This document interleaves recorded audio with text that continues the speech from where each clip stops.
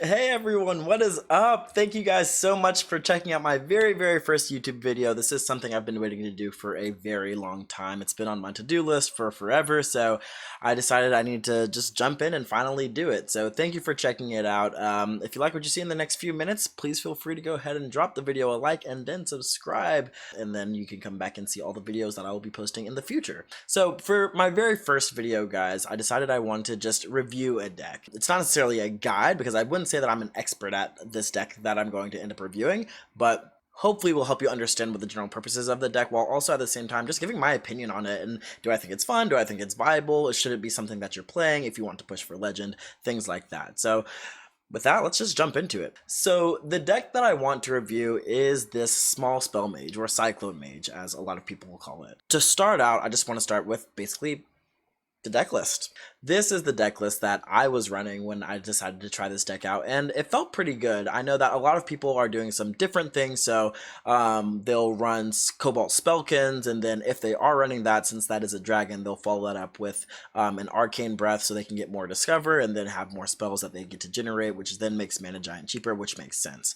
I know people also really like Violet Spellwing as well. I actually go the route of Devolving Missiles. I think that it's really helpful in matchups where there's early game minions that either get buffed or that have powerful effects, so that's the route that I decided to go. But I think that those other options are great as well. If you are pressed for space and want to create more optionality, I would probably consider taking out Arcane Intellect. I think paying 3 mana to draw to 2 cards just doesn't really feel good. It feels kind of heavy and slow, and most of the time just takes up a lot of a turn, or even all of a turn, and can put you behind a little bit. So that's a card that I would suggest maybe taking out if you want to.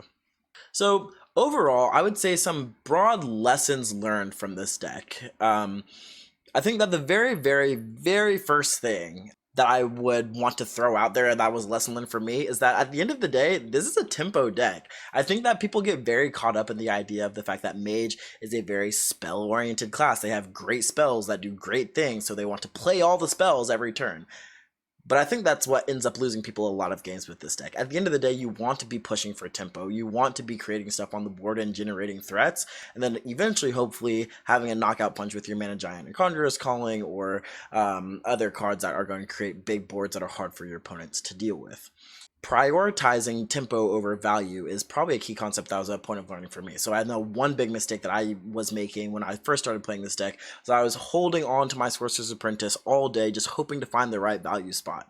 And that's not a really good way to play. I think that you end up slowing yourself down, you don't take initiative on the board, you don't put any pressure on your opponent, so they are free to go around and do whatever they want without really feeling uncomfortable about it. So that was one of the biggest lessons learned for me. I think the other big lesson learned was probably in the mulligan. I think a lot of people are tempted to keep low cost cards because they are things that you can play early, and they think that makes for a good mulligan. That's not necessarily always the case in this sense. So there's a lot of really low cost cards in this deck.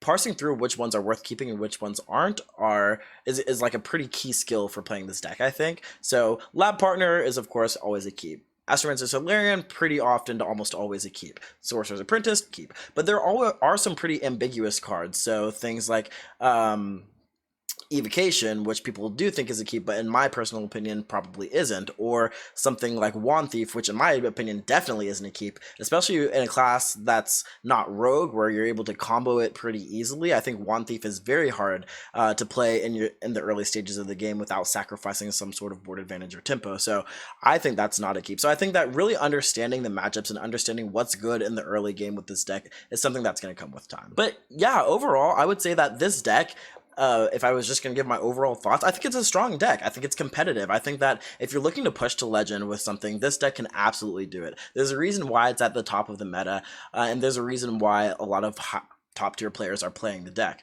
But at the same time, I think it's really fun. It's a really fun deck to play. It can create some awesome clip moments. It can also just be a good experience when you feel like your skill is mattering, because I think the difference between this and an RNG deck like, I don't know, Priest, right, is that the Discover is actually pretty high skill when you think about it. Knowing which cards are going to be good in which matchups and having the foresight to know which cards you're going to need is something that takes a little bit of practice and skill versus like, oh, I just had a card that randomly generated a minion or randomly generated this and just gave me this card and now I get to play it, right?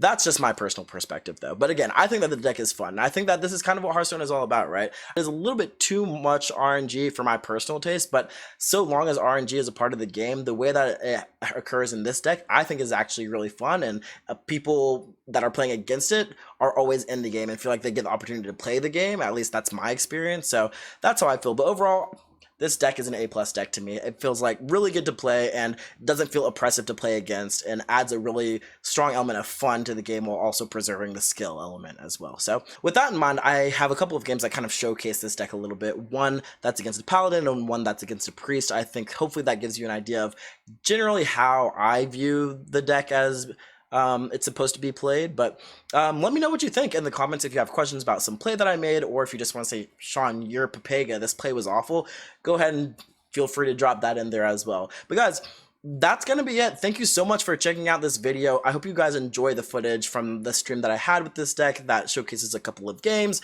and please feel free to like and subscribe to the video, guys, and hopefully I will see you guys soon with some more new content. Sub it in Mick as the coach now. Let's go. Let's do it. To be fair, I have had coaching from No Hands Gamer on this deck, so I feel pretty confident in it, but...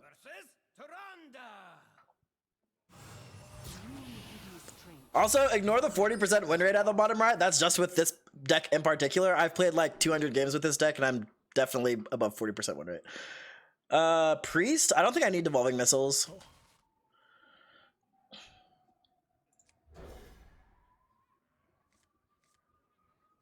Excellent.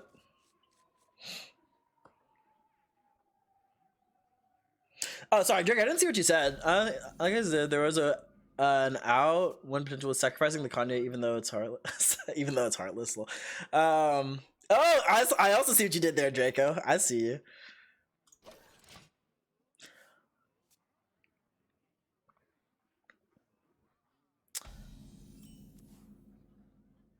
Needs no hands to flex, lol.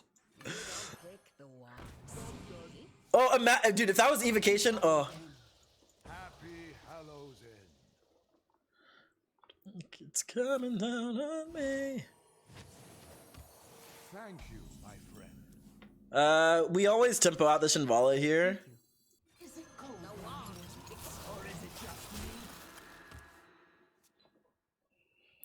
Easy peasy lemon squeezy, guys. And then we can just go off with hopefully Apprentice next turn, but thank you. if we don't get a 1 mana or one, oh well, now oh shoot, but we can't play this one. It's risky, but I think it's the right play. And just hope we get a 1 mana spell from Magic Trick. Nice.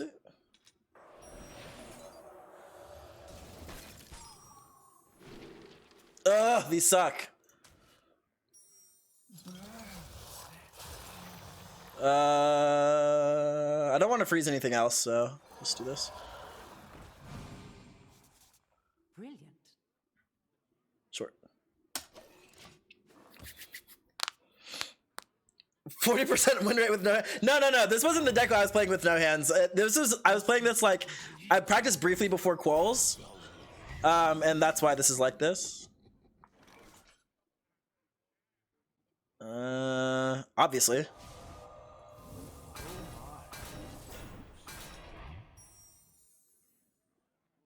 Brilliant.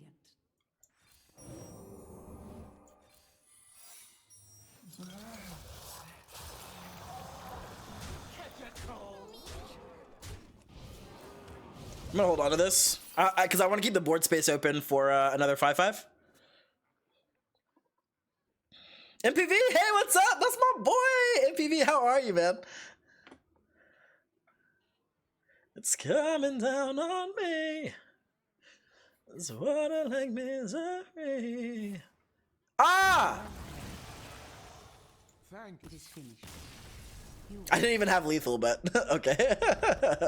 I'll take it. Yes, guys, I feel so much more in my element. I feel so much more comfortable. Switch off of Demon Hunter because I felt like I couldn't focus on that and streaming at the same time, honestly, is what it was. It's really, really hard to focus. I feel like the deck just takes a lot of like attention and like you really have to like pay attention to what you're doing. I just didn't feel comfortable yet. Dude, these are bad matchups for us, man. These are really bad matchups that we're getting. Yeah, learning to lose again.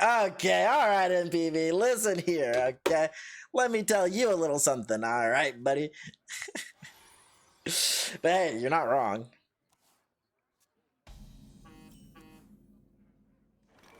It's coming down on me. What I like misery.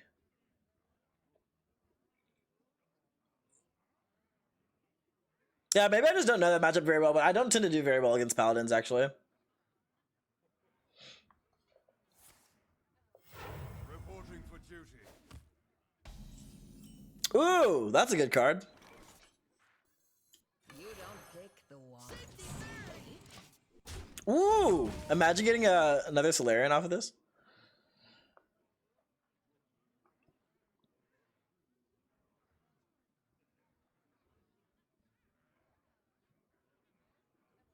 Man, his hand must be booty McButt cheeks.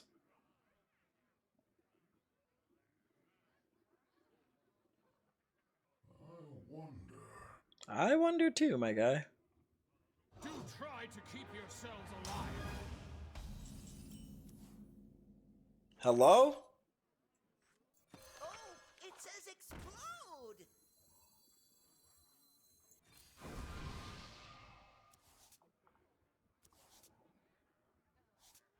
Safety third! The wand picks you. Probably just coining Genesis next turn. Yeah, he is very desperate. But that means his late game's gonna be lit as fuck, and I'm gonna be fucked. This is obviously coin Jandis. Ah, still coin Jandis. Oh! Never mind. That was the nuts. Someday I'll be just like you!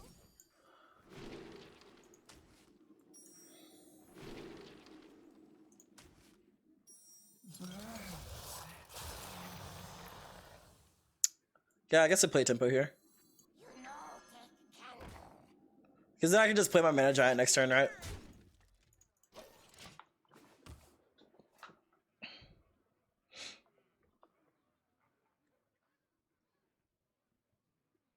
He probably has a Library of Justice, though. He's got to. Become Oh, shit. this world needs. Greatness calls. Whew! Could have been worse. It's fine.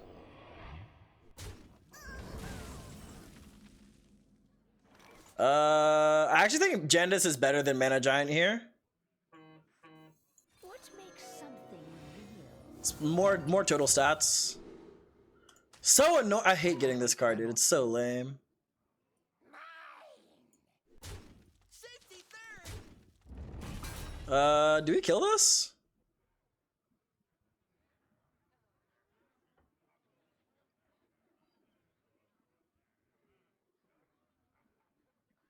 I don't think so. I mean, I have to try to kill him at some point in the game, right?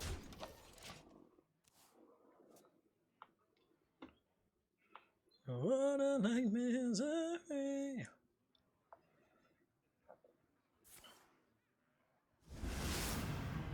Yeah, that's fine. Good thing we didn't trade there, though. Or else we would have given him so much value.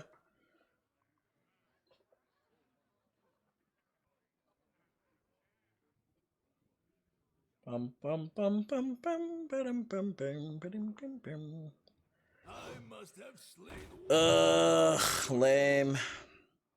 But if we just push everything still?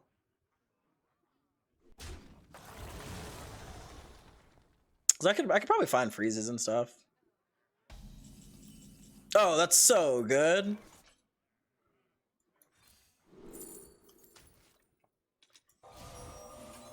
Just in case I miss. Like I knew I was going to. I literally knew I was gonna miss. I knew it. I could literally smell it coming, dude.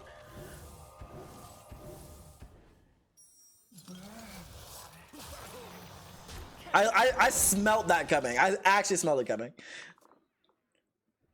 Not to buff or nerf Janice, and I don't mean changing card. I mean about what 5 drops they add. Oh, yeah. I mean you can't like design a whole like expansion around not buffing Jandis though. To be honest.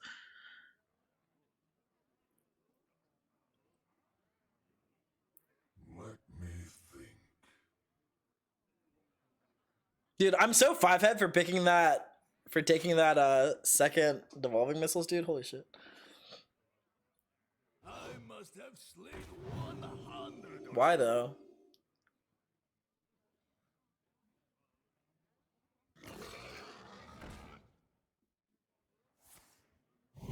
Order lol, hello?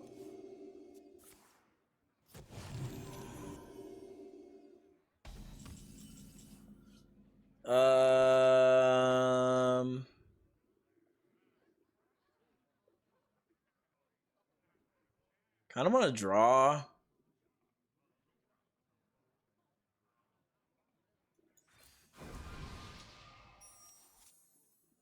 Damn. Guess I could develop you, but then he just trades this in and then trades that in. But this dies too. I guess forcing the trade isn't all bad because I have another one. Observe and reflect. To battle!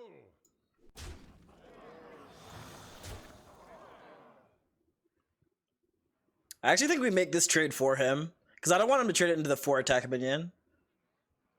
So I actually like the idea of making this trade. But I could be wrong. Well, no, because I want to get him down to as little health as possible so I can just hopefully get... I need to get him down to 3 health. Catch a cold? Yeah, let's... Because we have the punish if he leaves us alive, so this is fine. Guys, Light of Hope next turn, though. Oh, shit, that's bad. Yeah, this is bad now. Then he puts this here, and then trades that in. And then puts that here.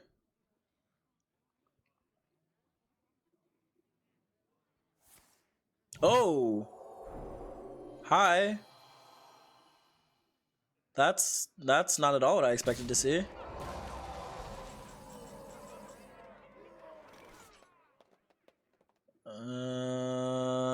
Okay. If he has Library of Hope, we're gonna be fucked. Definitely that.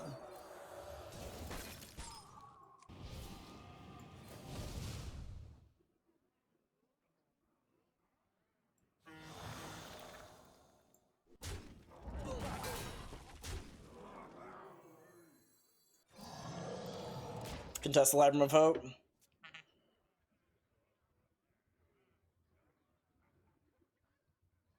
I cannot wait to read this. I think he has it. Yeah, he does. This is still doable, though. Definitely doable.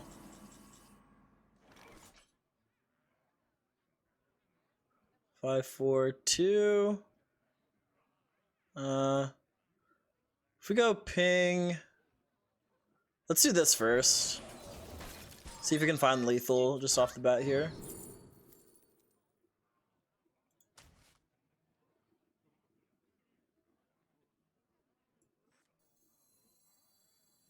You fight me, you get burned. Turn it up. No, come on, man. This has got to hit there.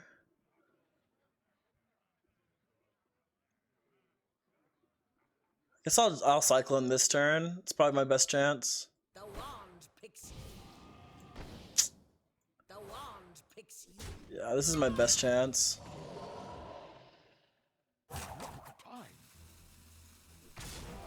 Maybe I should have done it first, but... Okay, Evocation's good. Hopefully he doesn't have another... If he has another Library of Hope, we're kind of fucked. Otherwise, we just end it with Roz and Azure Explorer, right? I'm going to throw the book Yeah, it looks like we win. Now he can't play live more. Okay, so we're good. We win. Feel bad for you. Oh, that's kind of bad though. Still think we win though.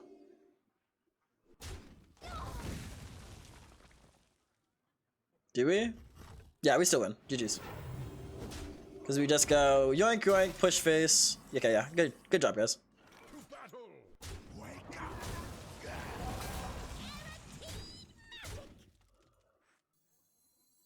True mastery takes